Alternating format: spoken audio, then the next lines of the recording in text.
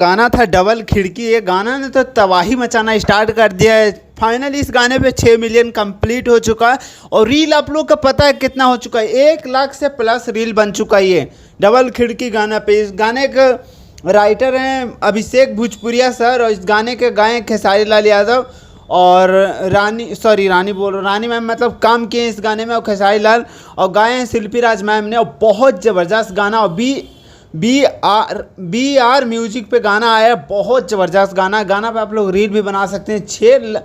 6 million हो चुका है ये गाना, पकड़ बना चुका है और टॉप इंडिया में ट्रेंड कर रहा है। 52 नंबर पे मुझे जहाँ तक पता है ट्रेंड कर रहा है ये गाना, और गाना तबाही और तहलका मचा रहा है, यही बहुत बात खुशी की बात है।